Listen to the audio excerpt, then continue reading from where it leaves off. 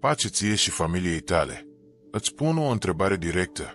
Ai simțit vreodată că în casa ta, deși ai tot ce îți trebuie, parcă lipsește binecuvântarea?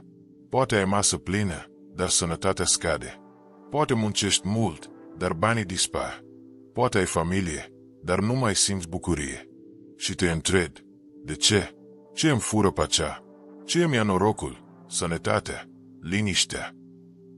Adevărul dureros este acesta. Există lucruri care nu trebuie ținute în casă. Lucruri care par banale, obișnuite, dar care aduc neliniște, lipsuri, boală. Și învățăturile părintelui Arsenie Boca sunt clare. Nu tot ce aduci în casă îți este de folos.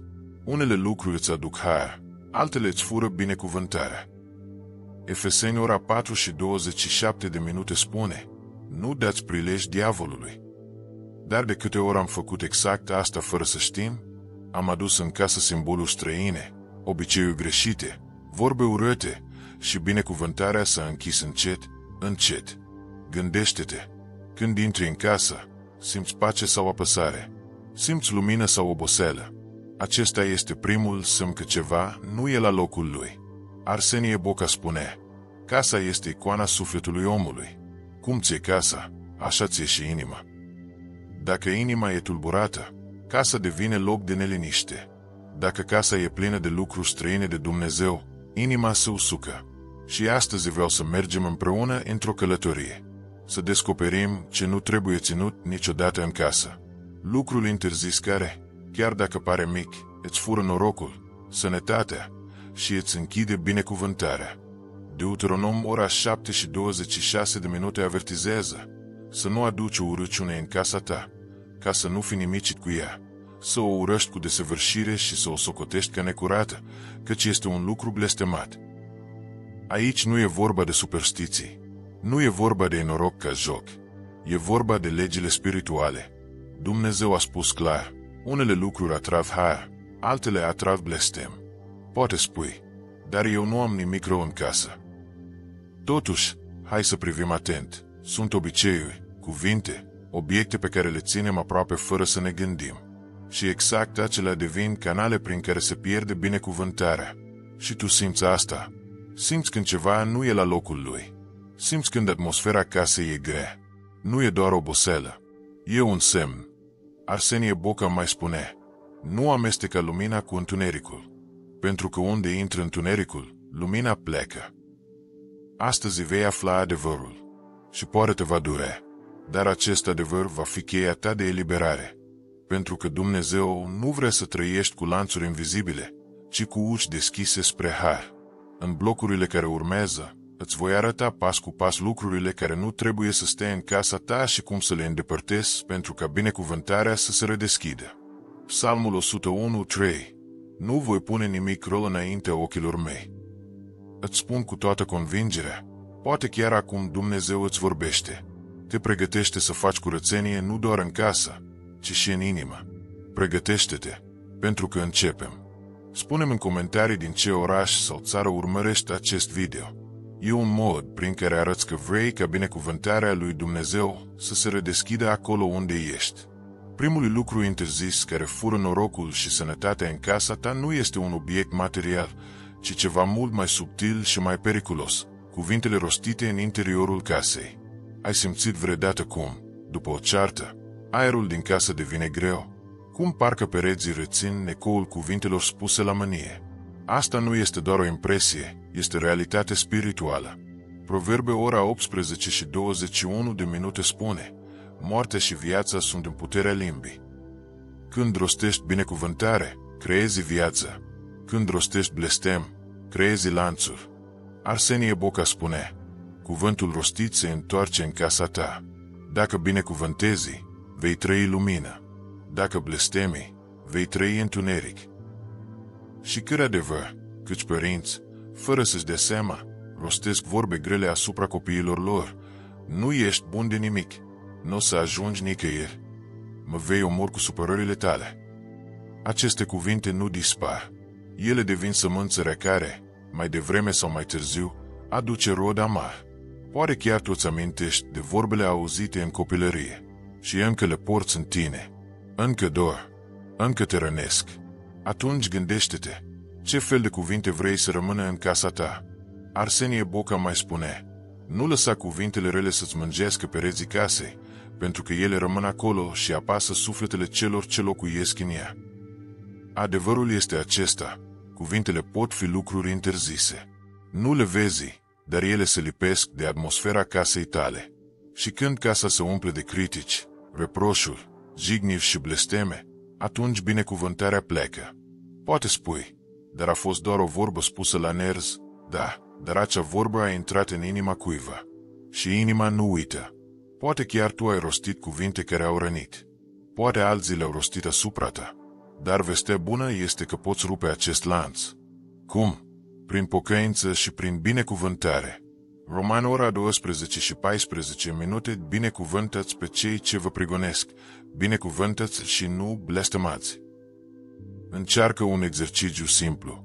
În loc să spui nu pot, spune-ți pot prin Hristos. În loc să spui e greu, spune cu Dumnezeu e posibil.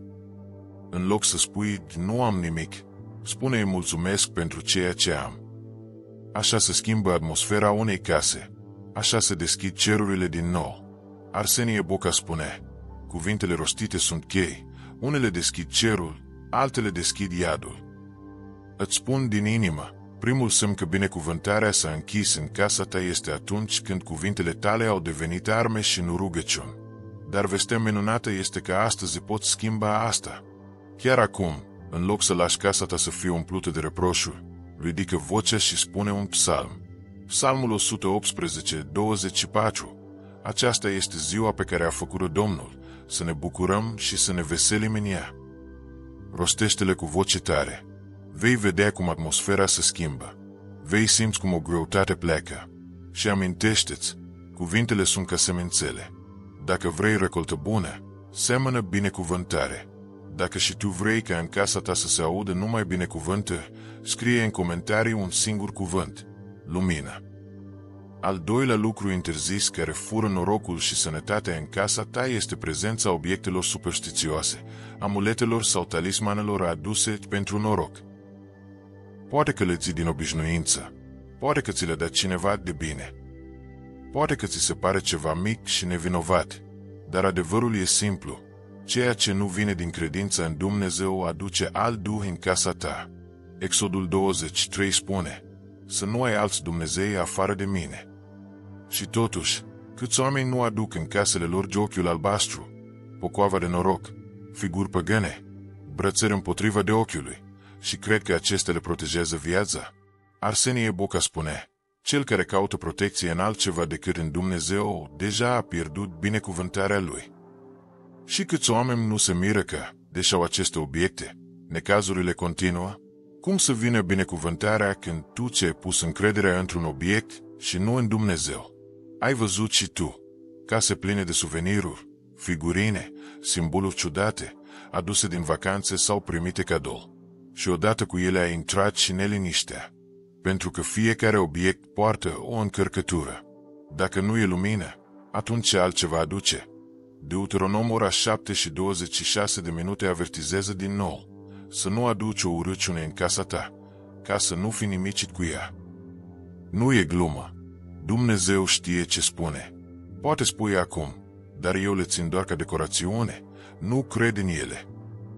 Dar Arsenie Boca spunea clar, chiar dacă nu crezi, prezența lor în casă cheamă duhul din care au venit. Și asta explică multe. Explică de ce unele case par frumoase, dar atmosfera e apăsătoare. De ce boala și necazul nu pleacă. De ce, în loc de noroc, intră ghinionul. Pentru că binecuvântarea nu poate locui acolo unde omul alege substituții pentru harul lui Dumnezeu. Îți aduce aminte de cuvintele din Psalmul 115. Au gură și nu vorbesc, au os și nu văd, au urechi și nu aud, asemenea lor sunt cei ce-i fac și toți cei ce se încred în ei. Așa sunt toate aceste obiecte, fără viață, dar aduc moarte în suflet. Și poate acum îți amintești, ai primit un astfel de gdaș și l-ai păstrat. Ai cumpărat ceva de noroc și l-ai așezat pe perete. Și de atunci, parcă liniștea a început să plece. Nu te învinovăți. Dumnezeu nu îți arată asta ca să te judece, ci ca să te elibereze. Și soluția e simplă: curățenie spirituală. Scoate afară orice obiect care nu are legătură cu credința ta în Dumnezeu. Aruncă-le, rupe legătura cu ele și apoi roagă-te: Doamne, umple casa mea cu lumina ta. Arsenie Boca spune: casa în care există icoane și rugăciune este casă de lumină. Casa în care există amulete și superstiții este casă de întuneric. Alege lumina. Alege să lași doar ceea ce vine din credință. Poate spui: dar oamenii râd de mine dacă arunc aceste lucruri. Lasă-i să râdă. Mai bine să râdă oamenii decât să plângi tu sub povara necazurilor. Și amintește-ți, adevărata protecție nu vine de la un obiect, ci de la Dumnezeu. Psalmul 91:2. Zic despre Domnul: El este locul meu de adăpost și cetățuia mea, Dumnezeul meu în care mă încred. Acolo este protecția. Acolo este norocul adevărat. Acolo este sănătatea. Scrie în comentarii un singur cuvânt: curățenie. Pentru că astăzi începe curățenia spirituală în casa ta. Al treilea lucru interzis care fură norocul și sănătatea în casă este tot ceea ce hrănește mintea și sufletul cu întuneric: cărți, imagini și muzică nepotrivită. Poate te întrebi: cum adică o simplă carte sau un cântec îmi poate lua liniștea? Da, pentru că tot ce intră în minte se transformă în semințe în inimă. Și odată intrate, ele cresc și schimbă atmosfera întregii case. Matei 6:22 spune: ochiul este lumina trupului. Dacă ochiul tău este curat, tot trupul tău va fi plin de lumină. Dar dacă ochiul tău este rău, tot trupul tău va fi plin de întuneric. Gândește-te, ce fel de lumină aduci în casa ta prin ceea ce privești și citești. Arsenie Boca spune: hrana minții devine hrana sufletului.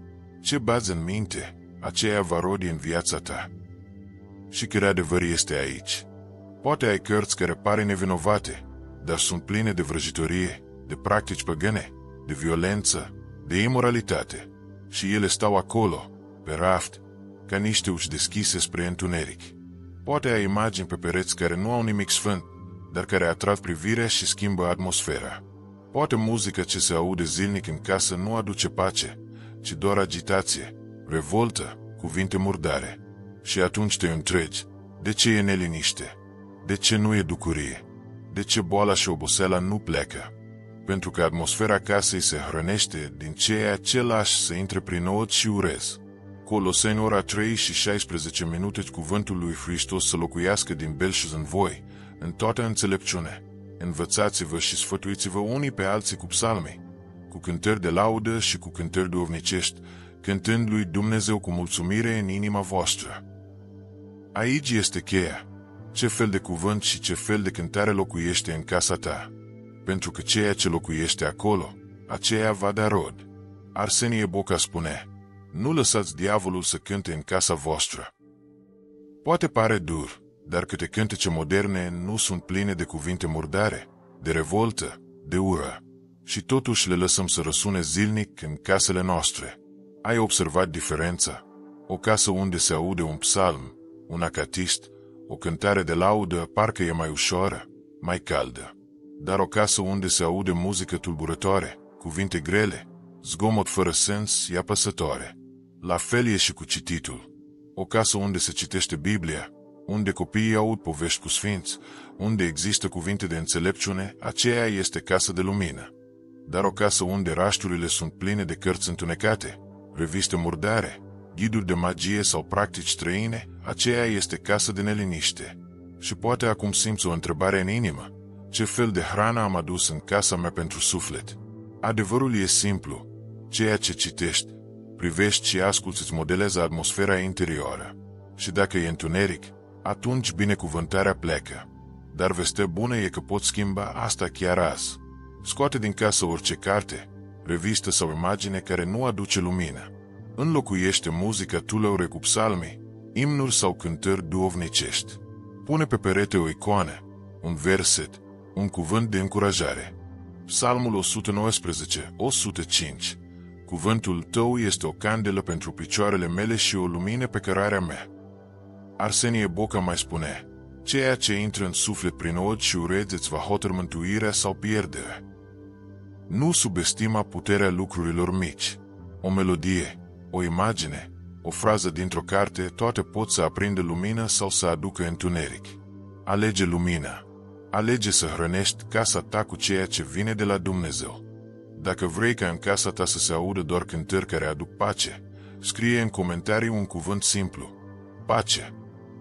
Există case frumoase, curate, bine mobilate, dar în ele plutește ceva greu, ceva nevăzut.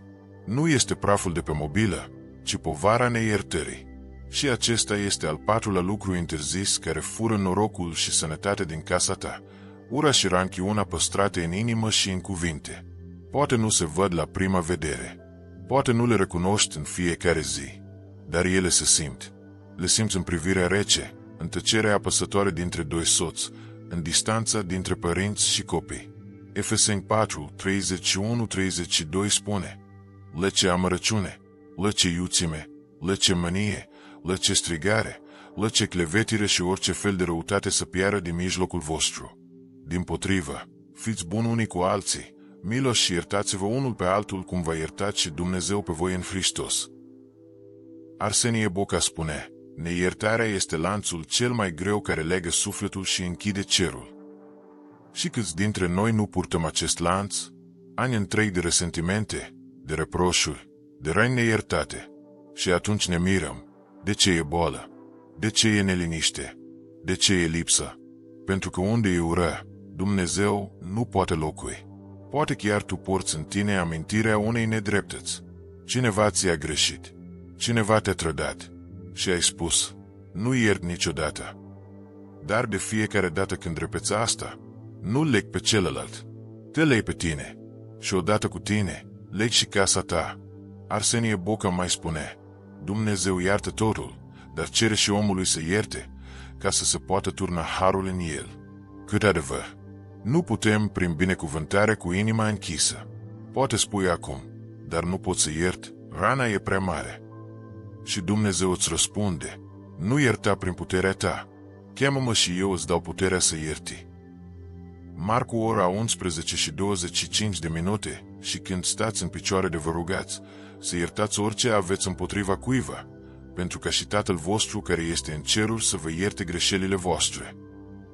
Ai văzut? Până și rugăciunea ta se blochează atunci când nu ierți. E ca și cum cerul rămâne încuiat.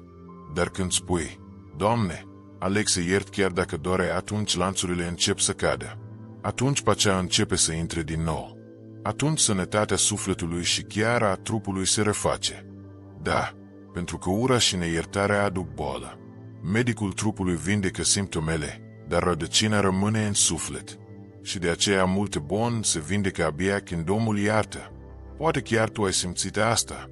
Ai purtat ani de zile o povară și, într-o zi, când ai spus-o iert, ai simțit cum inima se ușurează. Aceea a fost clipa în care harul a intrat din nou. Arsenie Boca spune: cel ce iartă devine liber. Cel ce nu iartă rămâne prizonier. Întreabă-te acum: vrei să fii liber sau prizonier în propria casă? Nu e ușor, dar este necesar.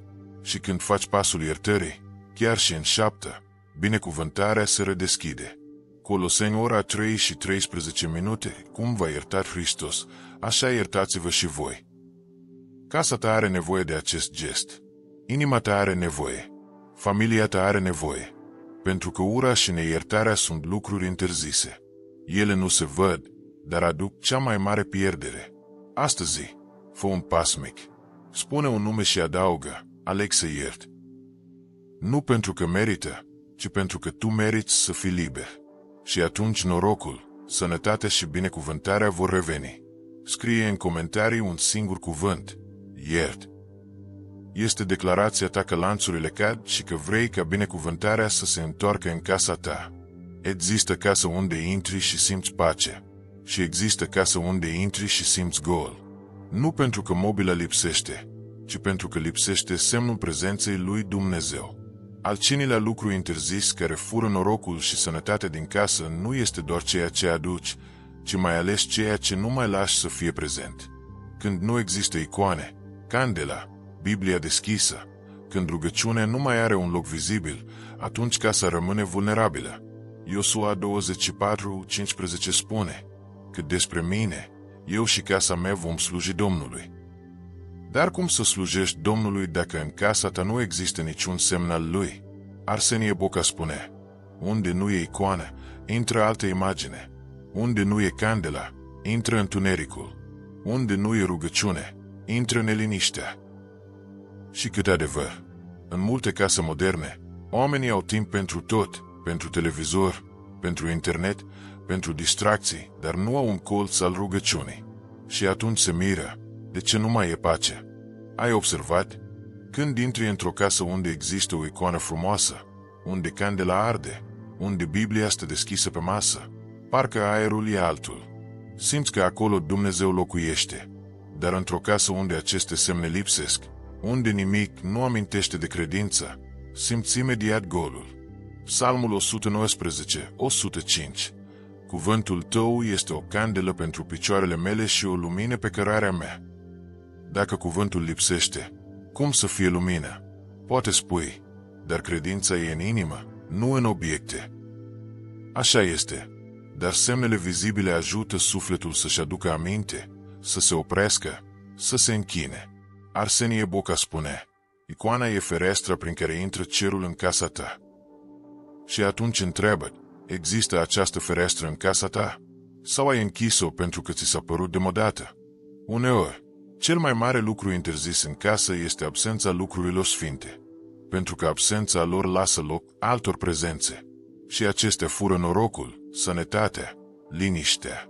Cum poți schimba asta? Foarte simplu, creează un colț de rugăciune. Pune o icoană, aprinde o candelă, deschide Biblia și mai ales, folosește-le. Roagă-te dimineața și seara, chiar și cu o rugăciune scurtă. Matei ora 18:20, căci unde sunt 2 sau 3 adunați în numele meu, acolo sunt și eu în mijlocul lor. Imaginează-ți, chiar în casa ta, Hristos prezent, aducând pace și binecuvântare.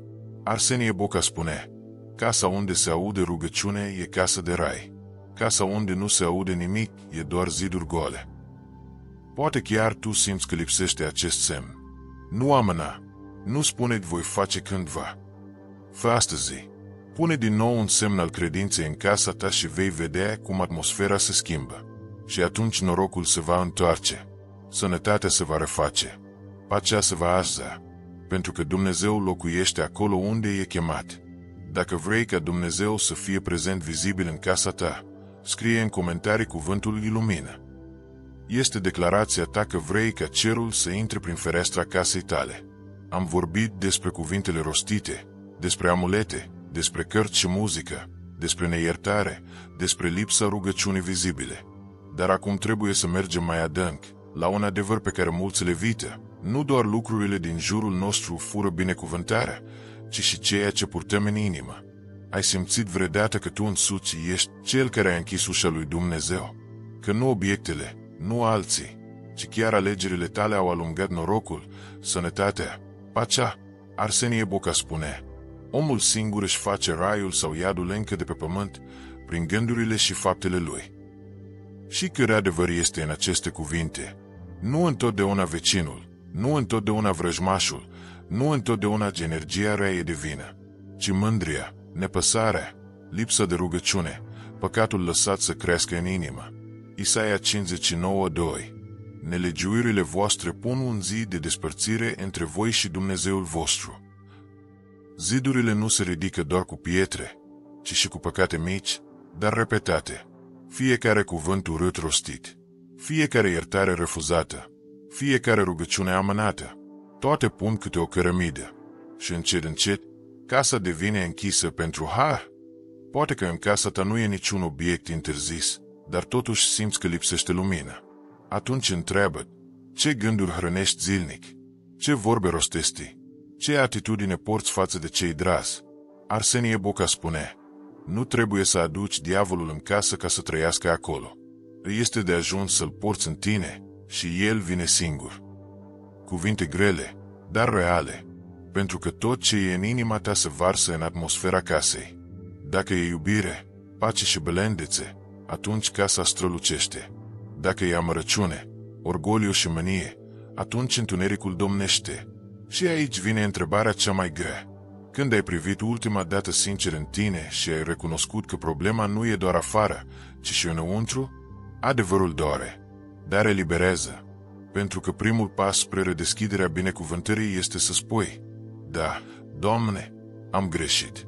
Eu am închis ușa. Eu am ridicat zidul. Eu am pierdut bucuria.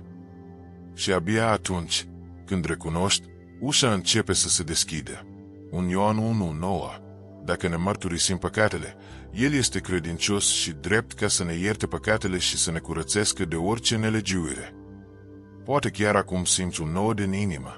Poate recunoști o rană, o greșeală, un păcat ascuns. Nu fu de el. Nu-l acoperi.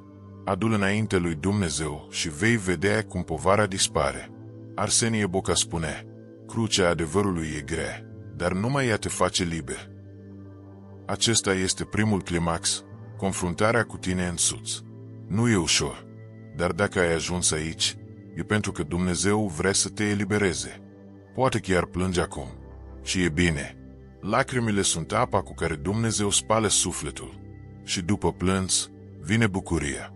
Psalmul 34:18. Domnul este aproape de cei cu inima frântă și mântuiește pe cei cu duhul zdrobit. Ține minte, casa ta va fi transformată doar atunci când inima ta se va lăsa transformată. Dacă și tu recunoști că zidurile au fost ridicate uneori chiar de tine, scrie în comentarii un singur cuvânt: eliberare. În primul climax am privit adevărul greu. Uneori chiar noi suntem cei care am închis ușa lui Dumnezeu. Dar acum e timpul să vedem partea cea mai frumoasă. Ce se întâmplă atunci când deschizi din nou acea ușă? Pentru că după orice cădere există posibilitatea unei renașteri. Și renașterea nu e zgomotoasă, nu e spectaculoasă în ochii lumii. Ea începe tăcut, în adâncul sufletului. 2 Corinteni, ora 5:17. Dacă este cineva în Hristos, este o făptură nouă. Cele vechi s-au dus, iată că toate lucrurile s-au făcut nei. Arsenie Boca spune: Dumnezeu nu repară doar ceea ce s-a stricat. El face nou, curat și desăvârșit. Poate acum simți un gol, dar în acel gol Dumnezeu vrea să planteze o sămânță nouă. Poate că ai pierdut ani de zile, dar Dumnezeu poate da o nouă viață chiar din clipa asta.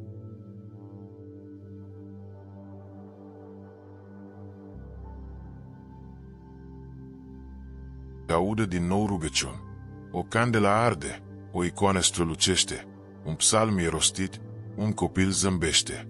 Aceasta este renașterea casei. Isaia 61:3. Să dau celor întristați din Sion o cunună împodobită în loc de cenoșă, un de lemn de bucurie în locul plânsului, haine de laudă în locul unui dușmenit. Așa lucrează Dumnezeu. În locul cenușii, aduce cunună. În locul plânsului, aduce bucurie.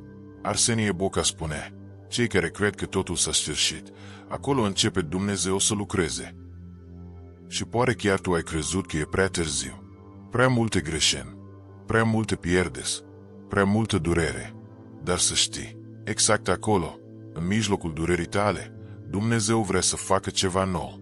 Poate chiar acum îți amintești de un moment din viața ta în care ai fost jos, foarte jos. Și totuși, dintr-un loc neașteptat, a venit ajutorul. A venit lumina. A venit o soluție. Aceasta este dovada că Dumnezeu nu te lasă niciodată. Psalmul 42. M-a scos din groapa pieirii, din fundul mocilei, mi-a pus picioarele pe stâncă și mi-a întărit pașii. Așa face El, te ridică din cădere și îți dă o temelie nouă. Și casa ta poate fi reșezată pe această temelie. Poate că simbolul nou pe care Dumnezeu vrea să ți-l dea astăzi este chiar acesta. În loc de blestem, binecuvântare. În loc de ură, iertare. În loc de boală, vindecare. În loc de lipsă, belșug. În loc de frică, pace. Arsenie Boca spune: Dumnezeu ia lacrimile tale și le schimbă în rugăciuni care aduc har.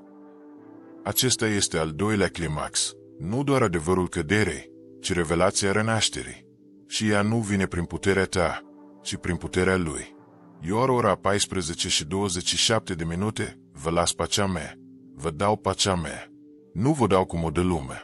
Să nu vi se tulbure inima, nici să nu se înfricoșeze. Poate acum simți o liniște adâncă în timp ce citești aceste cuvinte. Nu e întâmplător. Este Duhul Sfânt care lucrează în tine. Îți spune, e timpul să începi din nou. E timpul să redeschizi binecuvântarea. Și vestea bună e că nu trebuie să faci totul singur. Doar un pas. Doar să spui, Doamne, vino în casa mea. Și El face restul. Dacă vrei ca Dumnezeu să facă ceva nou în viața și în casa ta, scrie în comentarii un singur cuvânt. Nou. Dragul meu, am ajuns la momentul în care trebuie să privim înapoi și să adunăm tot ceea ce am descoperit împreună. Am vorbit despre lucrurile interzise care, chiar dacă par mici sau nevinovate, au puterea să fure norocul, sănătatea și binecuvântarea unei case. Să le recapitulăm, ca să le fixăm în inimă.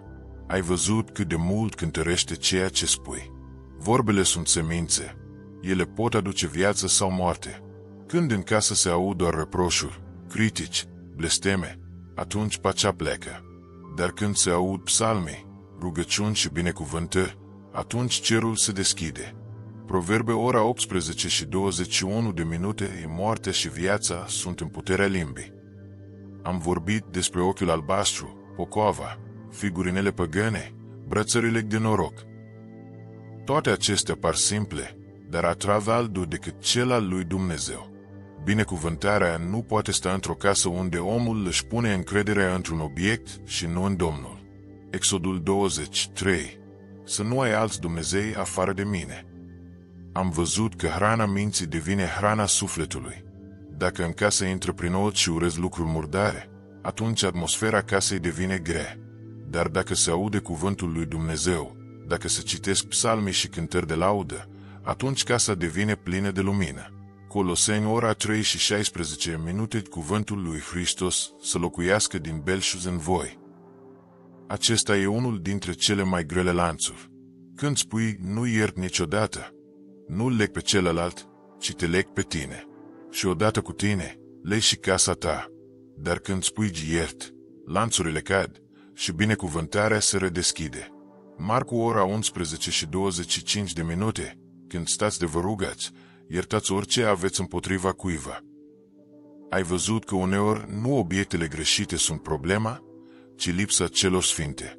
O casă fără icoană, fără candelă, fără Biblie deschisă devine o casă vulnerabilă.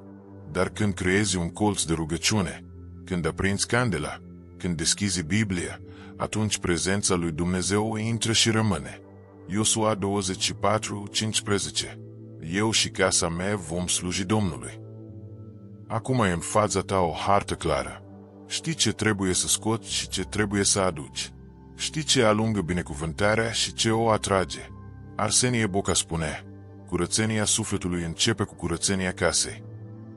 Și asta e lecția pentru astăzi. Fă ordine, nu doar în lucruri, ci și în vorbe, în atitudini, în relații, în inimă. Și atunci casa ta nu va mai fi doar 4 pereți, ci va deveni un altar al lui Dumnezeu. Psalmul 127:1. Dacă Domnul nu zidește o casă, degeaba lucrează cei ce o zidesc. Nu construcția contează, ci prezența lui. Nu amâna. Începe azi. Scoate cuvintele grele și pune binecuvântare. Scoate amuletele și pune icoana. Scoate muzica murdară și pune psalmi. Scoate ura și pune iertarea. Scoate golul și pune rugăciunea. Și vei vedea cum norocul se schimbă, cum sănătatea se întărește, cum pacea coboară. Arsenie Boca spune, nu trebuie să vezi minunea ca să crezi. Trebuie să crezi și atunci vei vedea minunea. Scrie în comentarii un singur cuvânt, curățenie, ca semn că vrei să faci ordine în casa ta și în inima ta, pentru ca binecuvântarea să se redeschidă. Dragul meu, am ajuns la sfârșitul acestei călătorii. O călătorie grea, dar plină de lumină. Am privit împreună adevăruri pe care mulți le evită, am descoperit lucruri interzise care fură binecuvântarea și am aflat cum să redeschidem cerul peste casa noastră. Și acum vreau să-ți las în inimă un gând de pace. Nu e prea târziu.